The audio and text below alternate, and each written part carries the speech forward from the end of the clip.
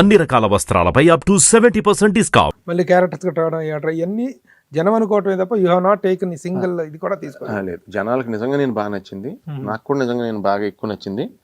Comedy చేసినప్పుడు నవ్వించి ఇవ్వండి కదా, ఆ నవ్వుతున్నప్పుడు ఫస్ట్ నేను డైలాగ్ అన్న డబ్బింగ్ అప్పుడు అదంతా నేను నవ్వుకుంటాను కదా, చూసినప్పుడు డబ్బింగ్ దగ్గర ఎంజాయ్ చేయగలను అని చెప్పాను కదా. నేను చేసినప్పుడు కొన్ని జోకులు ఉన్నాయి. ఆ నవ్వు అనేది మనకిచ్చిన కిక్ ఉంటుందన్న, అది ఇంకేది ఇవ్వదు. ఆ నవ్వు అనే దాంట్లో ఆ ఎలిమెంటే అదే కష్టం. ఇప్పుడు ఈ రోజుల్లో వేరే వాళ్ళని నవ్వించాలంటే అసలు మామూలుగా చర్మం లేచిపోతుంది. ఎందుకంటే చెప్పనా, ఇప్పుడు మోర్ వరల్డ్ వాళ్ళ దగ్గర ఉంది, వరల్డ్ లో ఉన్న అంతా చూసేస్తున్నారు వాళ్ళు కామెడీ. సో వాళ్ళకి మోర్ టైం ఉంది చూడటానికి, మనకి టైం లేదు ఇక్కడ చూడటానికి. చేసేటప్పుడు బిజీగా ఉన్నప్పుడు చూడటానికి టైం ఎక్కడ దొరుకుతుంది? సో న్యూ ఐడియాస్ రిఫ్లెక్ట్ అయ్యి బ్రెయిన్లో రావడానికి మనకి వర్క్ చేసి వాళ్ళకి టైం తక్కువ. బై లక్ అదేనా ఐడియా వస్తే నవ్వించగలం. నవ్వేడేస్లో టఫ్ అనే నా దృష్టిలో. సిక్స్ ప్యాక్ ఏదో గ్రేట్ అంటారు, ఏది కాదు, ఓన్లీ నవ్వించడం చాలా టఫ్ అన్నిటికంటే. మిగతాది ఏదైనా ఈజీ. ఇప్పుడు ప్రజెంట్ గా సునీల్ అంటే ఏంటి? వాట్ నువ్వు you are a comedian to me, or you are character యాక్టరా, విలనా, హీరోనా ఏంటి? మళ్ళీ హీరో వస్తే చేస్తారా? నేను ఏ క్యారెక్టర్కైనా రెడీగా ఉన్నాను. నేను 1 to 100 ఏదైనా చేస్తాను. ఇక ఈ బ్యారియర్స్ ఏం లేవు.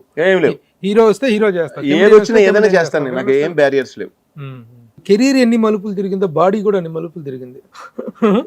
ఆ రోజున ట్రై చేసిన సిక్స్ ప్యాక్ అనేటువంటిది మామూలుగా హింస పెడితే వచ్చింది కాదు. ఎందుకంటే అంతకుముందు బబ్లీ, సునీల్ అంటే నేను ఒకటే చేయాలి, ముగ్గురు ఎక్సర్సైజ్ నేను ఒకటే చేస్తే వస్తుంది నాకు.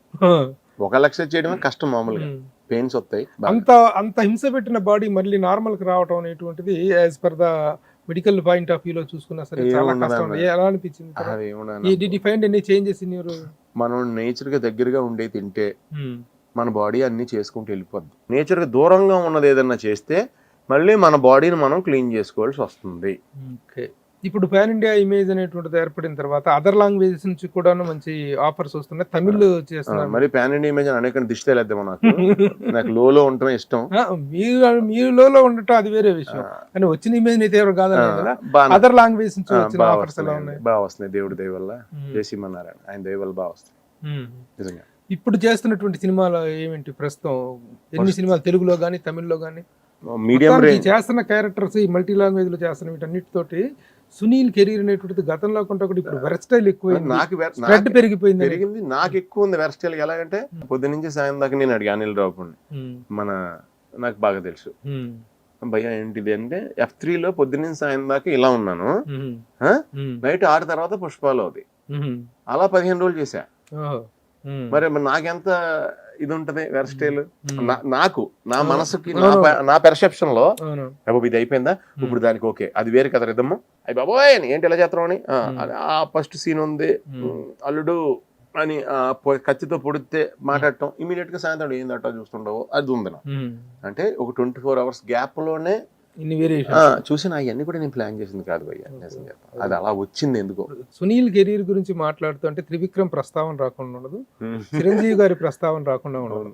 త్రివిక్రమ్ గారి గురించి ఒక 2 మాటలు, చిరంజీవి గారి గురించి 2 మాటలు, మీ ఇన్స్పిరేషన్ పాయింట్ ఆఫ్ వ్యూలో చెప్పండి. చిరంజీవి గారి గురించి అంటే పిచ్చి,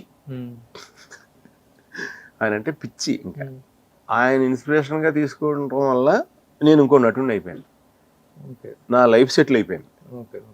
ఆయన గురించి ఇంకెంత చెప్పినా 67 ఏళ్ల వయసులో కూడా మళ్ళీ ఒకసారి ఇండస్ట్రీ బ్లాక్ బస్టర్ హిట్ కొట్టాడు ఆయన. ఏం చెప్తా దాని గురించి?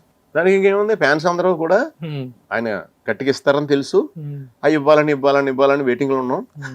మామూలు కష్టజీవా, వేరే లెవెల్. కానీ ఆ హుషారు అదేంటో అన్న, అది ఏమంటారు, వాళ్ళ సంకల్పం, వాళ్ళ ఆరా, అది నేను ఎక్కువ నమ్మేది ఏంటంటే ఇన్ దట్ వాళ్ళ కృషి, వాళ్ళ సాధన, వాళ్ళ కష్టంతో పాటు మన నేచరు, దేవుడు, వాట్ ఎవర్ ఇట్ ఈస్, అదంతా ఒక శక్తి ఉంది కదా, అది కూడా ఎవరు మోస్తారో వాళ్ళకే వేస్తారు. త్రివిక్రమ్ గారితో ఎలా ఉంది ప్రస్తుతం మీ రిలేషన్? త్రివిక్రమ్తో అంటే నాకు ఈ మధ్య ఆయన గురూజీ అంటున్నారు, ఆ స్థాయికి వెళ్ళాడా? ఏంటి గురూజీ అంటావు? గురూజీ అంటే ఆ స్థాయికి వెళ్ళాడే కాదు, అసలు ఆల్రెడీ తను గురూజీయే, తను లెక్చరరే. ఇప్పుడు ఎవరిని గురువు అని పిలుస్తాం? మాస్టర్ గురువు అని పిలుస్తాం కదా. మీరు తన షూటింగ్ చేస్తుంటాడు కదా, తన దగ్గరికి వెళ్ళి తను న్యూక్లియర్ ఫిజిక్స్ చేశాడు కదా, అది తను చదువుకున్నది. తను చాలా చదివాడు, ఎప్పుడు పుస్తకంతోనే ఉండేవాడు. తనకు తెలిసింది 10 మందికి చెప్దామనే మనస్తత్వం ఉన్న మనిషి. మీరు షూటింగ్లో ఎప్పుడన్నా నేను చెప్పింది చెయ్యండి, ఎప్పుడన్నా వెళ్ళి సరదాగా ఆ విషయం ఏంటి భయ్యా అంటే అన్నీ మర్చిపోయి మీకు ఆ విషయం గురించి ఆ పెన్ను పేపర్ పెట్టి ఇదిగో ఇది భయ్యా మీకు అర్థమయ్యేలా చెప్దామని ట్రై చేస్తాడు. అంటే తనలో ఆ గురు స్వభావం అనేది తన కూడా తీలేడు తను. నేను చెప్తాను ఈ రోజుని ఎన్ని సినిమాలు డైరెక్షన్ చేసినా ఎన్ని చేసినా తనకు తెలిసిన నాలెడ్జ్ని, ఒక మ్యాథ్స్లో ఎవరికైనా డౌట్ వచ్చినా తను అడగటం లేటు, తన అందరికీ సమానంగానే తన నోట్లోంచి వచ్చేస్తుంది ఆ వర్డ్. తను నాకు స్నేహితుడు అవటం అనేది మా ఇద్దరు కాంబినేషన్ ఏంటంటే అది అనుకుని ప్లాన్ చేసింది కాదు, ఆ దేవుడి దయ్య దేశీమన్నారాయణ దీనికి కూడా ఆయనకి ఆ నేచర్ కలిపింది. మేమిద్దరం కలిసి గడిపిన ట్రావెల్ కిక్ ఉంది కదా, ట్రావెల్ కిక్ అది ఇంకెవరికి రాదు. ఆ ట్రావెల్ లో ఆ కిక్ ఉంది కదా, అంటే అక్కడ అది రాదు. పంజాబ్ గట్టులో హిందీ ప్రచార అవును హిందీ నగర్ లో, అవును అక్కడ చిన్న రూమ్ లో ఉన్నప్పటి నుంచి తెలుసు మీరిద్దరి జర్నీ అద్భుతమైనటువంటి జర్నీ. ఆ కిక్ ఇద్దరి రైజ్ కూడాను వెరీ ఇన్స్పైరింగ్ రైజ్. పోతే ఫైనల్ గా ఒక్క మాట, సునీల్ పర్సనల్ లైఫ్ గురించి ఎక్కువగా తెలీదు, ఫ్యామిలీ పిల్లలు వాళ్ళ గురించి డీటెయిల్స్ ఏంటి? నాకు 2 పిల్లలు, పాప పేరు కావ్య కుందన, బాబు పేరు దుష్యంత్, శ్రీమతి పేరు శృతి. మా mother, combined family. That is your sweet home. Sweet home. Okay. పిల్లలు ఏం చదువుతున్నారు? పాప వచ్చి ఇప్పుడు 10th అయ్యింది, బాబు వచ్చి 6th క్లాస్. ఇప్పుడు వాళ్ళని ఏం చేస్తామని ఇప్పుడే అడగలేదు నేను. వాళ్ళు ఏమనుకుంటే అది మనం చేద్దామంటే అవుతానే చెప్పండి. Very good, very good. Sunil well సెటిల్డా, వెల్ ఆఫా? పర్లేదు, దేవుడి దయ వల్ల well settled. Very happy, very happy. ప్రత్యేకంగా ఇప్పుడు మనం ప్రశంసించుకోవాల్సిన విషయం కానీ గొప్పగా చెప్పుకోవాల్సిన విషయం ఏంటంటే సినిమాతో వస్తున్న సరికొత్త ఇమేజ్తో మరంత కాలం, మరి ఇంకెంతో కాలం ఇంకా బానిఫైడ్ యాక్టర్ గా అద్భుతమైన కెరీర్ చూడాలి. నేనేం లిమిటేషన్స్ పెట్టుకోలేదు, మీరు అన్నట్టే ఏదొచ్చినా నేను ఆస్వాదిస్తా. ఓకే, లిమిటేషన్స్ పెట్టుకోలేదు కాబట్టి అన్లిమిటెడ్ గా కెరీర్ ప్రాస్పరస్ గా సాగాలని ఆశిస్తూ all the best. Thank you so much. Thank you. Suman TV ప్రేక్షకులందరికీ కూడా all the best. Wishing you all success for ever. Thank you.